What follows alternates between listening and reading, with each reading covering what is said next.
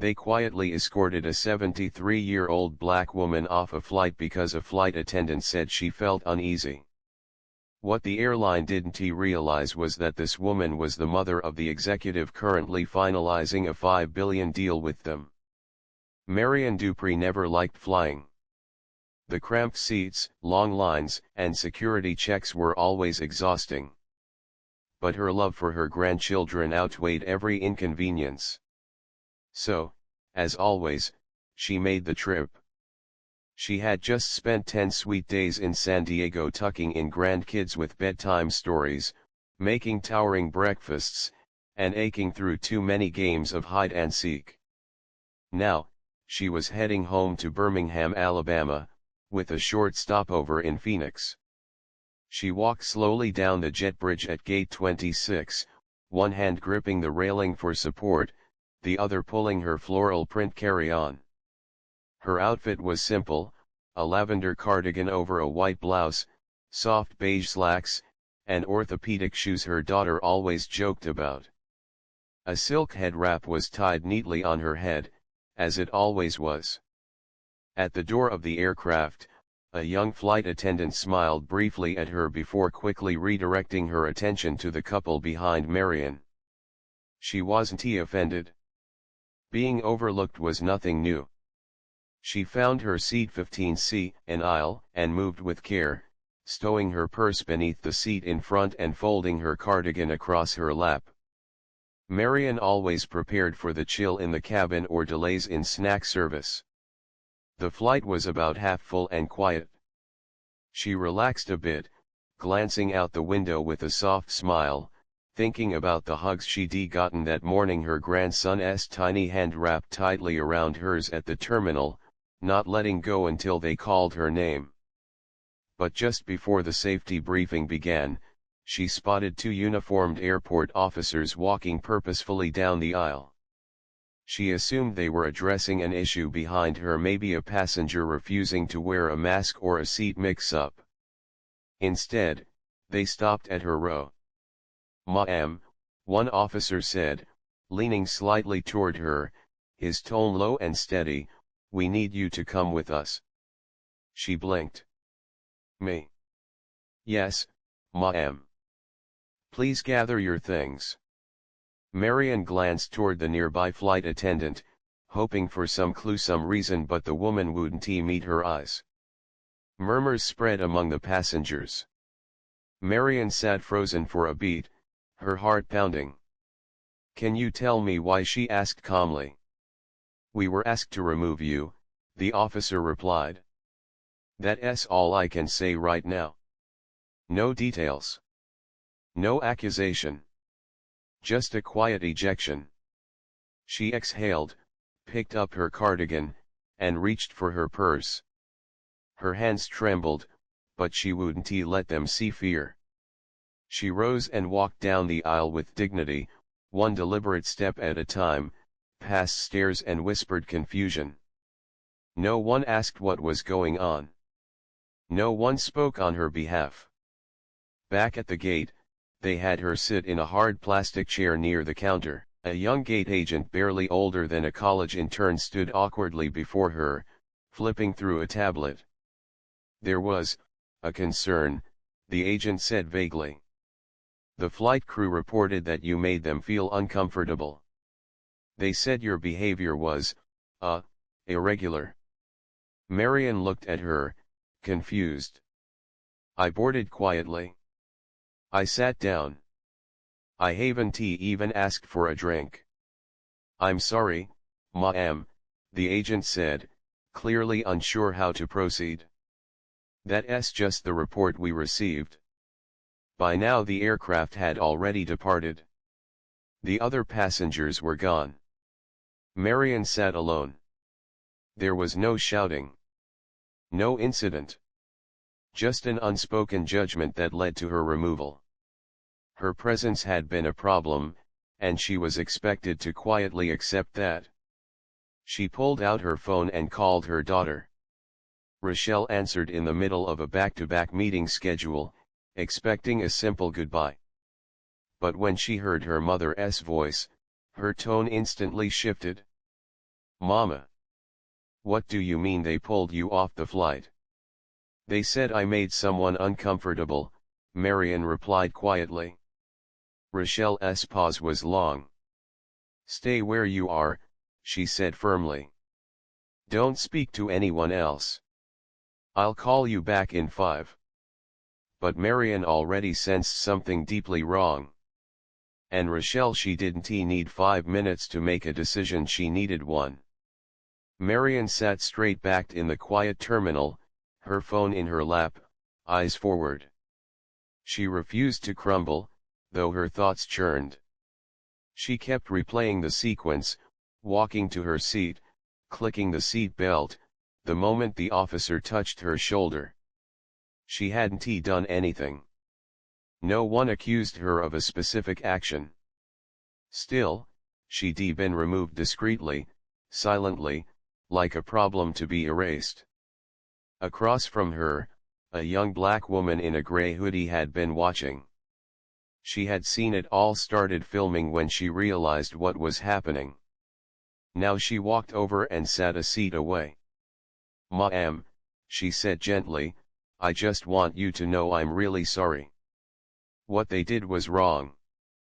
Marian turned toward her, surprised by the compassion in her voice. "Thank you," she said softly. "I got it on video," the woman added, raising her phone. "I didn't know what was going on, but it didn't feel right. You were just sitting there. You weren't doing anything." "I never even stood up," Marian said. "I was just in my seat like everyone else." "I'm Kiara," the young woman said. "I posted the video. No names, just what I saw. People are already reacting." Marian didn't know how to feel. Part of her wanted to disappear. But another part, the part that had weathered years of silent injustice, was tired of being quiet. Before she could respond, her phone rang. Rochelle again. "Mama," her daughter said briskly. "Are you still at the gate?" "I'm here. Waiting. I just got off the phone with someone at the airline," Rochelle said. "They said you were removed because the flight attendant felt uneasy." Marian echoed the word. "Uneasy." "They also said you were behaving irregularly." "Did they explain what that means?" "Nope. Just that you made the crew uncomfortable." The silence on the line thickened. "I want you to stay where you are," Rochelle said at last. "Don't board another flight. I'm sending someone to you. You're not getting on one of their planes again." Her tone was calm, measured. But under it, something had cracked. Back in her glass-walled office in Charlotte, Rochelle stood alone in a quiet conference room. She had just stepped out of a high-level planning session with Orion's executive board right after finalizing a $5 billion investment deal with the very airline that had just humiliated her mother. The contract was ready. The signatures hadn't even dried. She opened her contacts and skipped past the liaison. She went straight to Alan Trask, Delta Horizon's CEO. But before calling him, she rang her head of communications. "Kayla," she said, her voice low and controlled, "I need a full summary of our investment with Delta Horizon. Timeline. Clauses.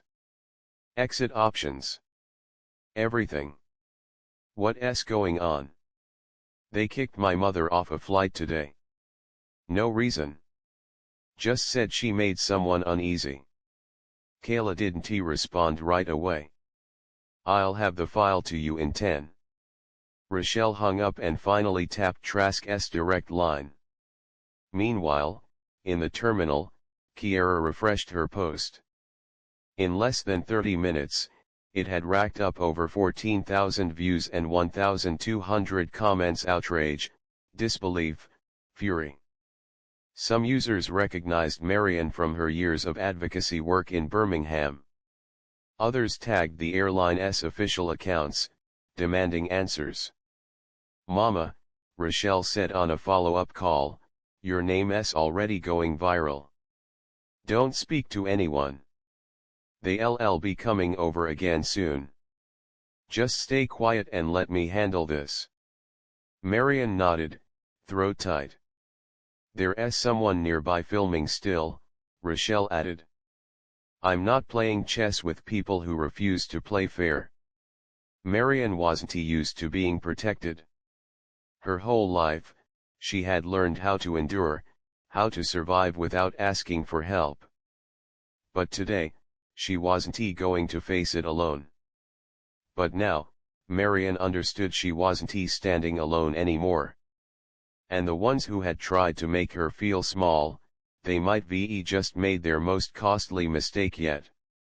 Over at the airline's corporate headquarters, the executive team remained completely unaware of who they had just dismissed or how swiftly the ground beneath them was about to shift. Rochelle Dupree-Hawkins had remained composed until she heard the word irregular. That word always came cloaked in ambiguity. It was how institutions dodged accountability, how they hinted at bias without saying it outright. She'd encountered it before, on corporate calls, in backroom discussions. Now, they were using it about her mother. By the time Kayla forwarded the full investment breakdown, Rochelle was already in motion. She didn't need to comb through every clause. She'd been the architect of the deal from the start. A $5 billion capital infusion into Delta Horizon Airlines, set aside for upgrades, new aircraft, and green initiatives. It wasn't just a financial transaction. It was a long-term alliance. Or at least, it had been. She pulled up the direct line for Alan Trask and placed the call. It rang 3 times before he answered. "This is Alan." "Alan, it's Rochelle Dupree-Hawkins." "Rochelle, great to hear from you," he replied, his voice upbeat but cautious. "Everything on schedule for next week's signing?" "No," she said flatly. "I'm calling to inform you that Orion will be withdrawing from the agreement." There was a beat of silence, then a disbelieving laugh. "Wait, what? I'm sorry, what did you just say?"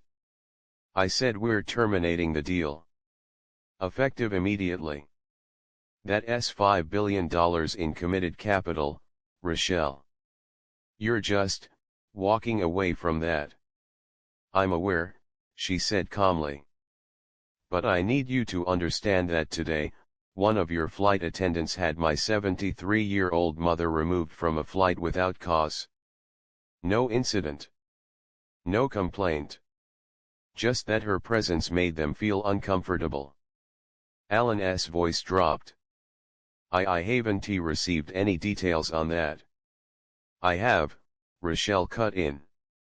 "And you'll have them in writing soon. The moment the contract is voided, that funding is open. You should also know that your competitors have already shown interest." He started to respond, but she didn't give him the chance. "This stopped being about business, Alan. You disrespected the wrong woman." Then she ended the call without another word. Across town, in a sleek office tower, Alan stared at his phone in disbelief. He ran a hand down his face. Sitting across from him was Gwen Sanderson, the airline's general counsel. "Tell me that didn't just happen," he muttered. Gwen's jaw tightened. "We just lost a $5 billion partnership because someone ejected her mother from a flight." "Jesus. Who did it?" "No idea. But I'm going to find out now." Back at Orion's HQ, Rochelle was already shifting gears. She scheduled an internal meeting for the following morning to begin discussions on new alliance options. Her assistant sent quiet cancellation notices to Delta Horizon's legal department. No drama, no noise. Rochelle moved like a surgeon, focused, precise, not ruled by emotion. But her silence was heavy, her intention unmistakable. Her mother, Marian, was still at the Phoenix airport, now under the care of a private liaison Rochelle had arranged on short notice. The woman, Sonia Greer, wore a tailored charcoal blazer and a badge that made TSA agents take notice. She greeted Marian with gentle professionalism. "Miss Dupree, I'm here on behalf of your daughter. Let us get you somewhere more comfortable." Marian stood slowly, steadying herself so the moment wouldn't sink into her bones. "I don't know what all this is," she said quietly, "but I trust my daughter knows what she's doing." Sonia offered a small smile. "She does. And a lot of other people are about to learn it too." As they exited the terminal, a local reporter was already waiting, tipped off by a tweet that had just gone viral. "Miss Dupree," the reporter called, stepping forward. "Can you comment on what happened aboard Flight 482? Sonia stepped in front smoothly. "No statements at this time." Marian said nothing. She kept her eyes forward. She wasn't angry. She was resolute. Like someone who had stopped waiting for the world to do better and had decided to act. Back at Orion, Rochelle's phone lit up with a call from a partner at a rival airline. Word had spread fast. "We heard you're pulling out of Delta Horizon," the voice said, careful. "Any chance we could talk tomorrow?" Rochelle paused. "We'll see," she replied. "Right now, I'm taking care of something more important than contracts."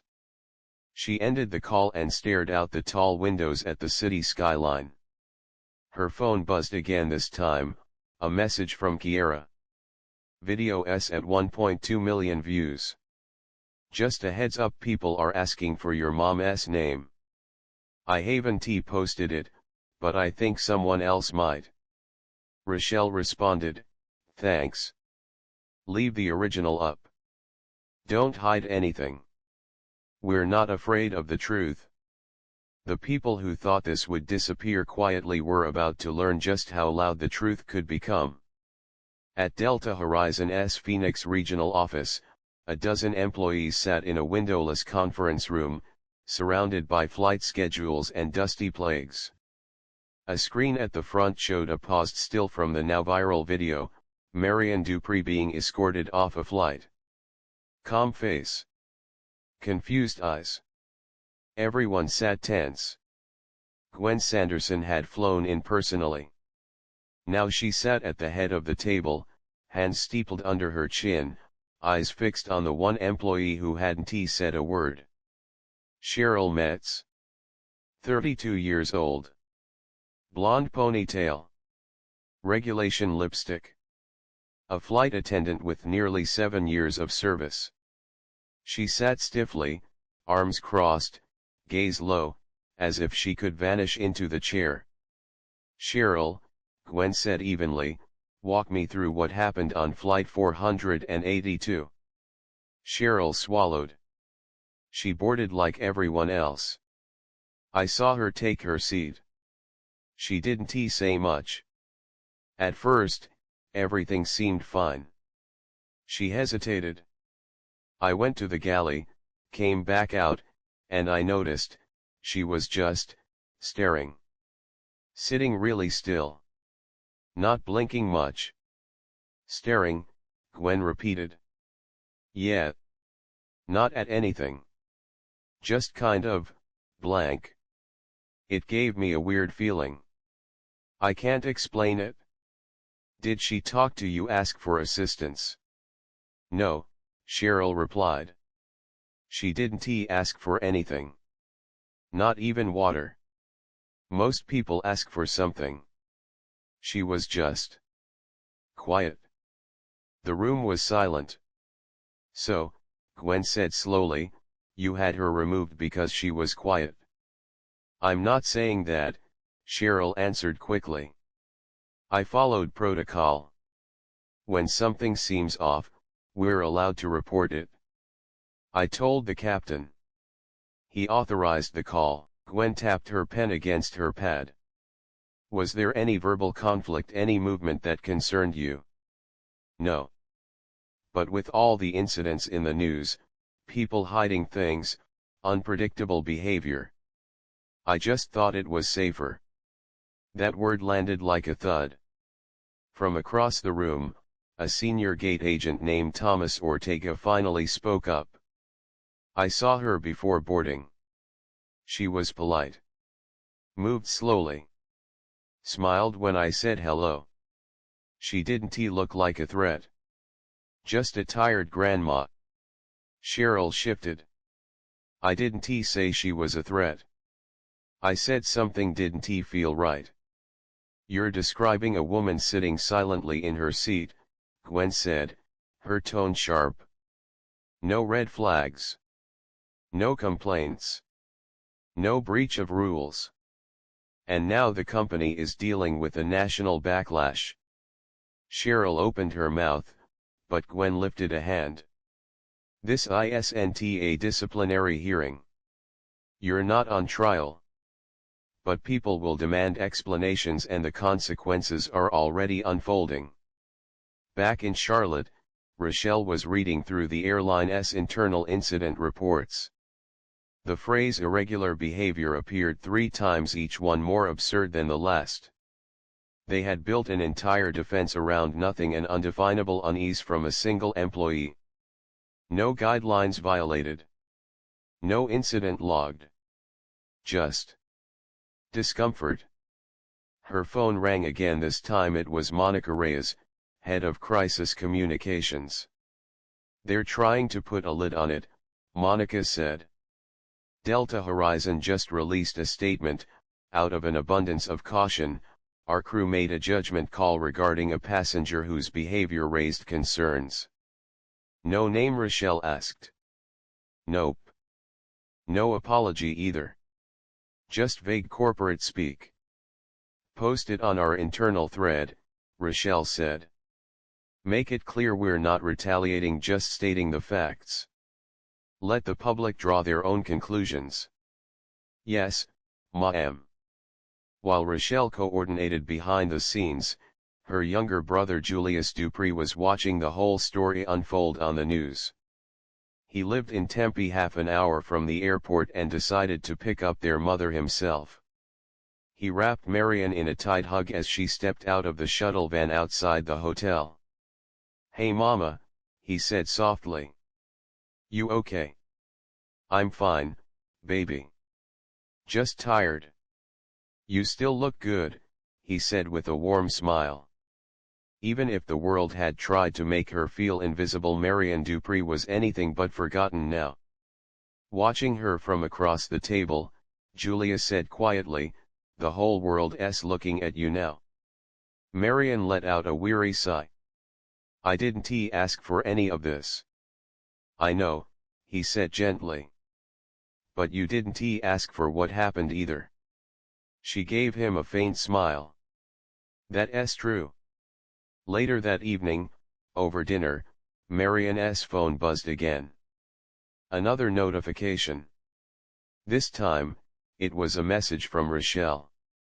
I saw the company's statement. They're trying to twist it? Let them. We're not fighting, we're just telling the truth. Marian stared at the screen, then passed the phone to Julius. You read it? My eyes are too tired, Julius chuckled. Mama, the world's about to know exactly who you are.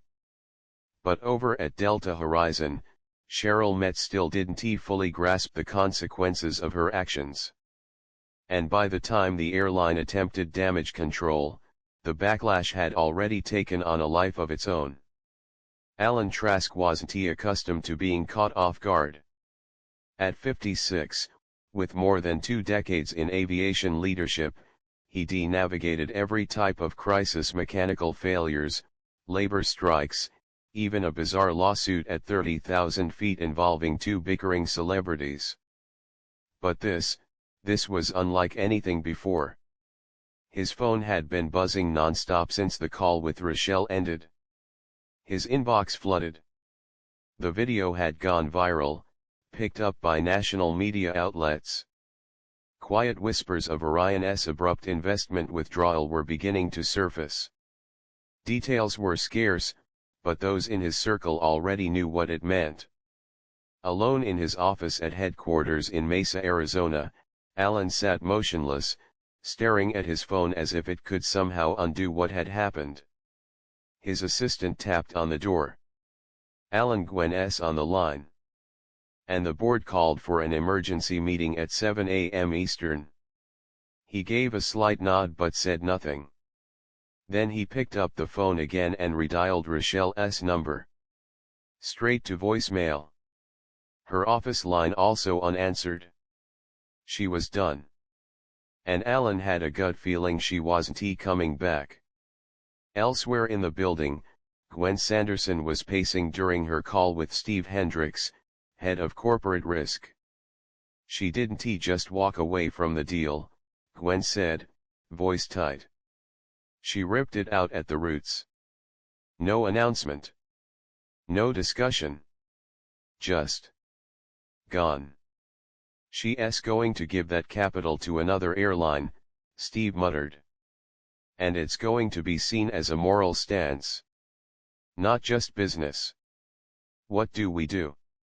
We have to speak with her face to face," Gwen said.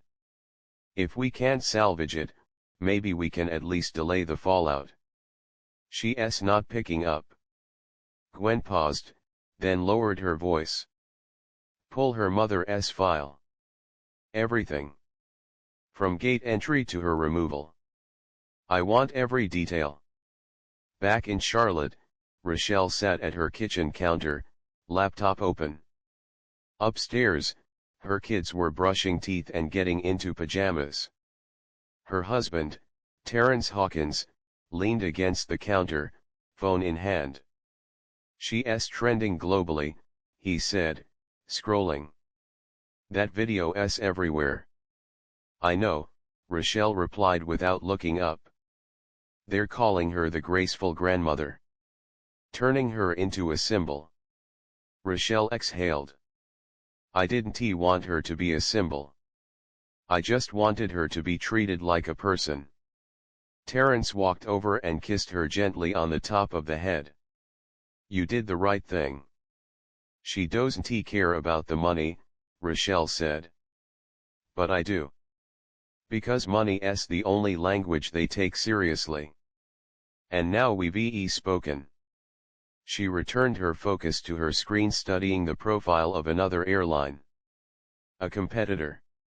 One with stronger sustainability goals but a shakier public reputation. Rochelle wasn't looking for flawless. She was looking for accountable. Her phone buzzed again. This time it was Gwen Sanderson. "Ms. Dupree-Hawkins," Gwen began, maintaining a formal but cautious tone. "I'm calling on behalf of Delta Horizon.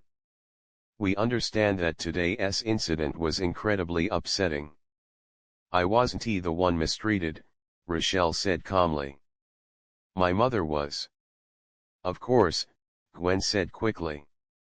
"And we're treating the situation with the gravity it deserves.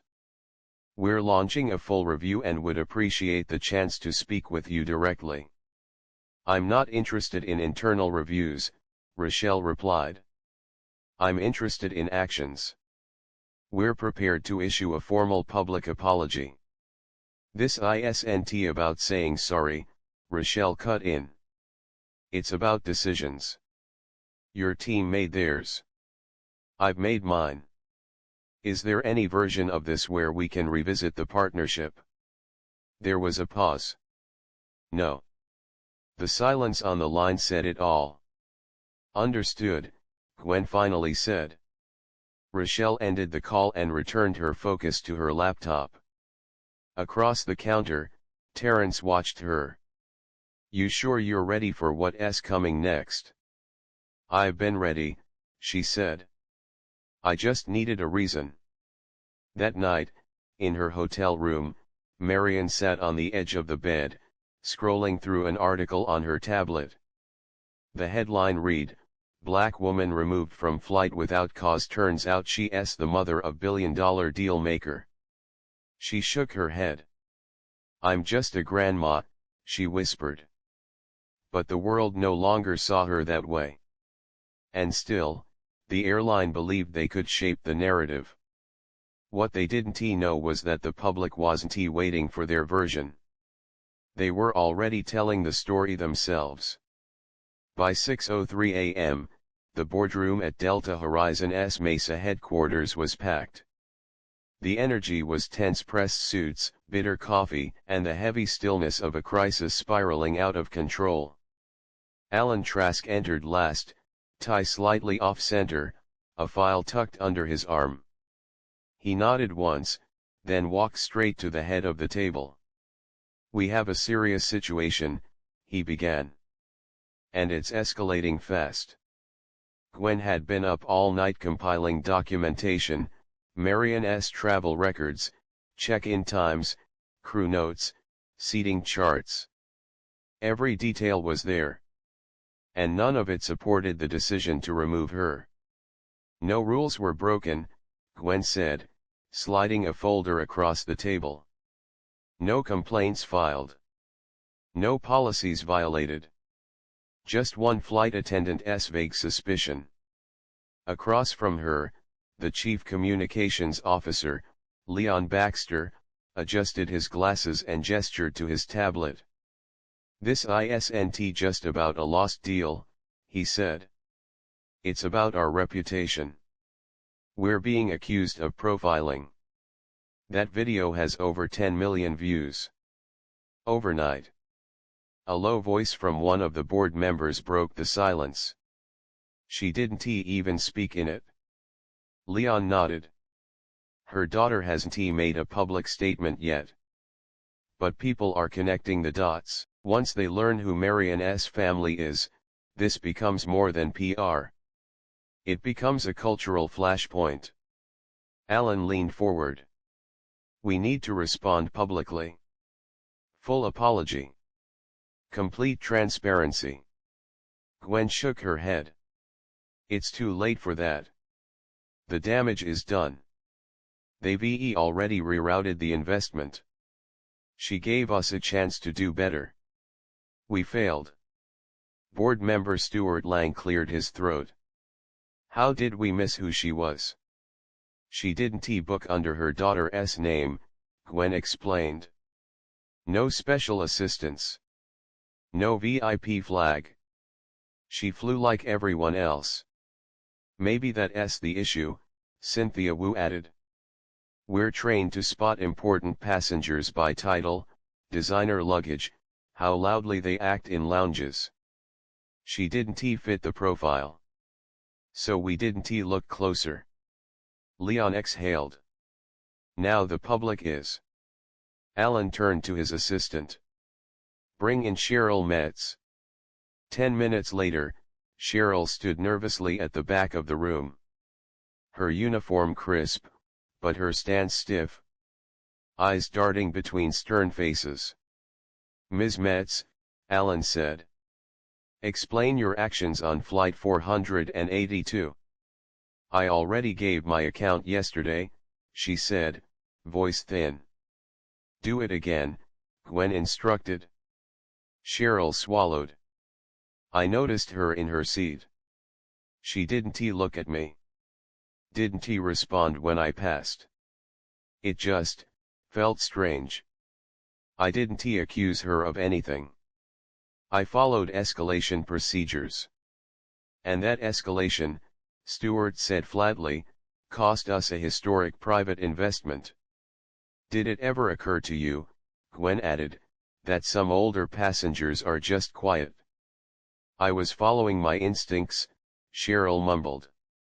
Well, Gwen snapped, your instincts just cost this company $1 billion mistake. Alan raised a hand. Cheryl, effective immediately, you are placed on administrative leave. Cheryl's face went pale. Wait, what? I did what I was trained to do. You used poor judgment, Gwen said firmly. And we're all suffering the fallout. After Cheryl was escorted out, silence settled in the room again. No one said what they were thinking, that this wasn't a one-time error. This was a systemic failure. They had dismissed a woman because she didn't look like someone who mattered. But the truth was simpler and more damning. She had always mattered. Back in Charlotte, Rochelle stood on the patio as dawn broke, light spilling through the trees. Her phone rang. Another reporter. She didn't answer. She was done speaking. Inside, Marian sat at the kitchen table, robe on, coffee in hand. Her grandchildren came downstairs and wrapped their arms around her. "Grandma," the youngest whispered, "you're famous." Marian offered a quiet smile. "That's not always a good thing, sweetheart. But you didn't do anything wrong." "No," Marian said. "But sometimes, that doesn't matter." At Delta Horizon, where image had always been their currency, they were learning the hard way: trust can't be bought and silence doesn't always shield you. By midday, the story had exploded. The clip of Marian Dupree being calmly removed from her seat had overtaken every social platform. When the noon news aired, the narrative had shifted. It wasn't just about one passenger anymore. Now it had a name, a face, and a ripple effect no one could stop. Elderly black woman removed from plane without cause. Her daughter pulls 5B investment. That was the line beneath the footage. A moment where Marian calmly asked, "Is it because I'm black?" had become a rallying cry. Quiet, measured but powerful. On Twitter, hashtags surged: "Flying while black," "Marian Dupree," "Delta disrespect," calls for boycotts, demands for resignations. Rochelle hadn't said a single word to the press. She didn't have to. Kiara, the woman who filmed the video, had become a leading voice. She appeared on a national radio show that morning. "I've flown that airline dozens of times," she said, her voice cracking. "I've seen passengers yell, argue, act out. No one got removed. But Marian, she just sat there. And that was enough for someone to call her a threat." She paused. "If that's our definition of danger, we've got a bigger problem." In Montgomery, Alabama, Marian's hometown, community leaders began speaking out. Church friends, former co-workers, parents from her old reading program. They all described a woman who gave quietly, asked for nothing. Outside New Hope Baptist Church, Pastor Otis Daniels spoke emotionally. "We've watched Marian raise families, mentor youth, feed neighbors. If she can't fly in peace, who among us can?" His statement hit local networks, then national ones. At home, Marian watched it all unfold on TV. Rochelle sat beside her, face unreadable. "I didn't want all this," Marian said softly. "I know," Rochelle replied. "I just wanted to go home." Rochelle reached over and held her mother's hand. "You are home." But they both knew this wasn't just a personal moment anymore. The media kept pressing. Rochelle declined every request. Still, headlines ran: "Power meets principle, why a CEO walked away from 5B." "When dignity isn't optional," the Marian Dupree story. Terrence even got a call from a TV producer asking if Marian would do a primetime interview. He never brought it up. No one in the family was chasing fame. Back in Mesa, Delta Horizon scrambled. A last-minute press release went out: "We regret the incident involving Miss Marian Dupree on Flight 482. While our team followed safety protocol, the experience did not reflect our values. We are conducting a full internal review and are committed to improvement." Rochelle saw the email forwarded by Kayla. She read it once. Then shut the laptop. Too polished, she murmured. Too vague. Still protecting themselves. Marian heard but didn't respond. She didn't have to. The world was already answering for her. She stared down at the printed company statement sitting on the table. After a moment, she gently pushed it aside. I've been dismissed before, Marian said quietly. This time, it's just louder. Outside the house, neighbors had begun to leave small bouquets and handwritten notes at the doorstep, not out of pity, but out of reverence. One message simply read, "Thank you for standing tall without raising your voice." Inside, Rochelle reopened her laptop and sifted through the list of proposals. At the top sat one from a smaller airline, one that had reached out the very day the story broke. The subject line of their email had been short, but clear, "We see you." Across the city, reporters were still chasing leads, not knowing that by morning, Marian Dupree would be speaking publicly for the first time. Not because she wanted attention, but because she was done letting others narrate her life. The following morning, the investor relations department at Delta Horizon lit up like a switchboard in a crisis. Phones rang without pause. Staff hadn't slept. The public outrage had turned into economic consequences. Before the markets even opened, Delta Horizon's stock dipped sharply. Analysts began to circle the real issue, not the incident, but what it revealed. Whispered phrases filled the air: board accountability, shareholder unrest, lost consumer trust. The emotional weight of the story was no longer the center, it had shifted to dollars and optics. Headlines across major financial outlets read, "5 billion gone overnight, the cost of one airline's silence." Commentators debated. Had Rochelle overreacted? Could Delta bounce back, or was this just the beginning of something larger, an industry reckoning, long overdue? Meanwhile, at a local community center in Birmingham, Marian sat for a short interview with a local TV station. Initially, she declined. Then, something in her shifted. She agreed not to amplify herself, but to reclaim the narrative. Dressed in a soft powder blue blouse and the pearl earrings Rochelle had gifted her long ago, she sat in a quiet sun-drenched room. No production crew. No makeup. Just a reporter named Elisa Trant, one camera, and a woman who no longer needed to soften the truth. "Miss Dupree," Elisa began gently, "can you tell us what went through your mind when they asked you to leave the plane?" Marian nodded. "I thought maybe they had the wrong person. I looked around, confused, thinking surely it wasn't real. But then I looked at the flight attendant. She wouldn't meet my eyes. That's when I understood."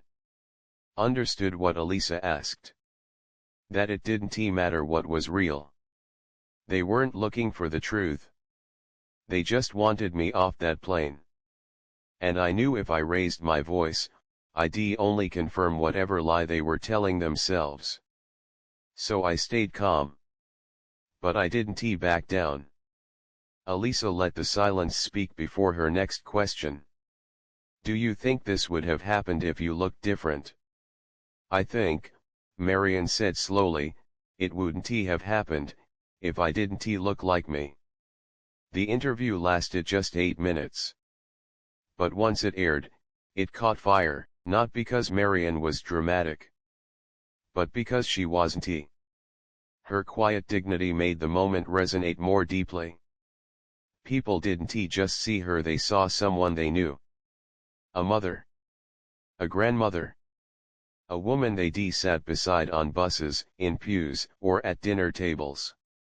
Even Wall Street paid attention. Within hours, competitors released subtle press statements. Pledges about valuing every passenger. Thinly veiled acknowledgments of a missed opportunity. Sky Frontier, a mid-sized airline, issued a simple press release, A strategic partnership with Orion Strategic Partners is in progress. Social media didn't need Rochelle to say a word. Her silence had become a message of its own, clear, deliberate, and deeply understood. At Delta Horizon headquarters, Alan Trask stood in front of a live stock ticker. The red line on the graph dipped again, sharper this time. His phone buzzed, another emergency board meeting. He didn't open the calendar invite. He already knew. Back in Charlotte, Rochelle watched her mother's interview alone, in silence. She didn't cry. She just leaned back and let out a breath long and full. She never intended to start a movement. She didn't crave headlines or trending tags. She just wanted her mother and women like her to be respected, whether they carried a title or not. Terence leaned against the doorframe behind her. "She did good," he said softly. "She always does," Rochelle replied. Meanwhile, Kiara's follower count skyrocketed past 50,000. But she refused brand deals or monetization. Instead, she used her page to spotlight other quiet injustices, subtle exclusions that rarely made the news. She called the project in and heard. The news cycle moved fast. But the story had staying power, not because it was scandalous, but because it was sincere. And while Delta Horizon scrambled, Marian Dupree had, without fanfare, shifted the way people defined dignity in flight. A week later, Marian boarded a plane again. But this time, it wasn't Delta Horizon. It was a private flight through Skyfront Air, now partnered with Rochelle's firm. The cabin was pristine. The atmosphere quiet. No tension. No whispered suspicion. Rochelle sat beside her in a navy blue suit and crisp white sneakers. Her version of dressed down. She declined multiple interview requests, turned down op-eds and even a high-profile panel invite. She didn't need the spotlight. She already made the clearest statement in corporate America: capital moves first. Marian looked out the window as the engines hummed. "You sure this isn't too much?" she asked, adjusting her purse strap. "No," Rochelle said with a soft smile. "I owed you this flight a long time ago." Marian smiled. "I just wanted to go home." "And now we are," Rochelle said. "In peace." As the plane ascended, Marian closed her eyes and exhaled. No stairs. No whispers. Just clouds, light, and altitude. Their destination was Birmingham, but with a planned stop in Kansas City first. A group of young black women in aviation training had asked to meet Marian. They had seen her story. They'd been moved by her strength, not the loud kind, but the kind that lingers. At the small airfield, a half-dozen women in navy blue flight suits greeted her with flowers and applause. Marian stepped down from the jet slowly, with grace. Still not used to attention, still carrying herself with modesty.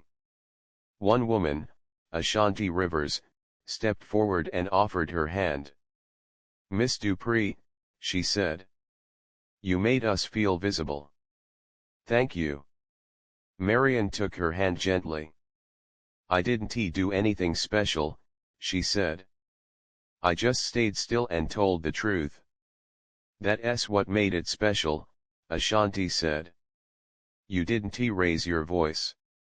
You just stood in the light and let the world see."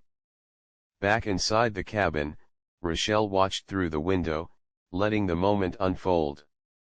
She didn't interrupt. This wasn't about her anymore. It never really had been. Back in Birmingham later that day, Marian returned to her home. A few neighbors waited outside with pound cake and warm embraces. No fanfare. Just love. The kind that comes from people who know what you've endured without you needing to say a word. That evening, the two women sat on the back porch. Rochelle scrolled through emails on her laptop. One stood out, a message from a university student in Oregon. She had shown Marian's interview in her media ethics class. The conversation had lasted an hour longer than planned.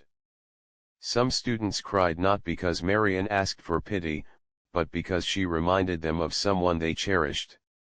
Rochelle didn't reply.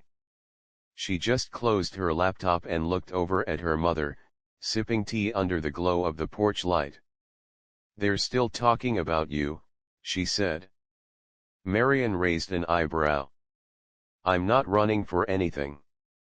"I know," Rochelle replied, smiling. "That's why they trust you." They sat in companionable silence.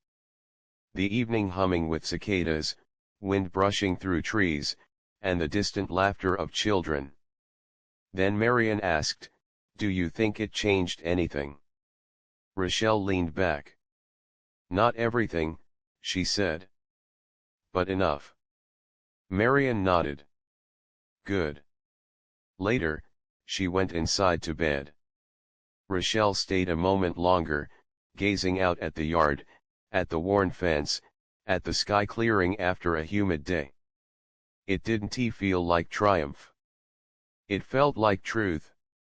This story had never been about revenge, or pride, or victory. It was about recognition, about the right to exist without suspicion. To be acknowledged as fully human. And maybe, just maybe, to leave the world a little more just than how you found it. Not because the world suddenly woke up, but because one woman refused to disappear. The lesson: it's easy to overlook the person in seat 15C.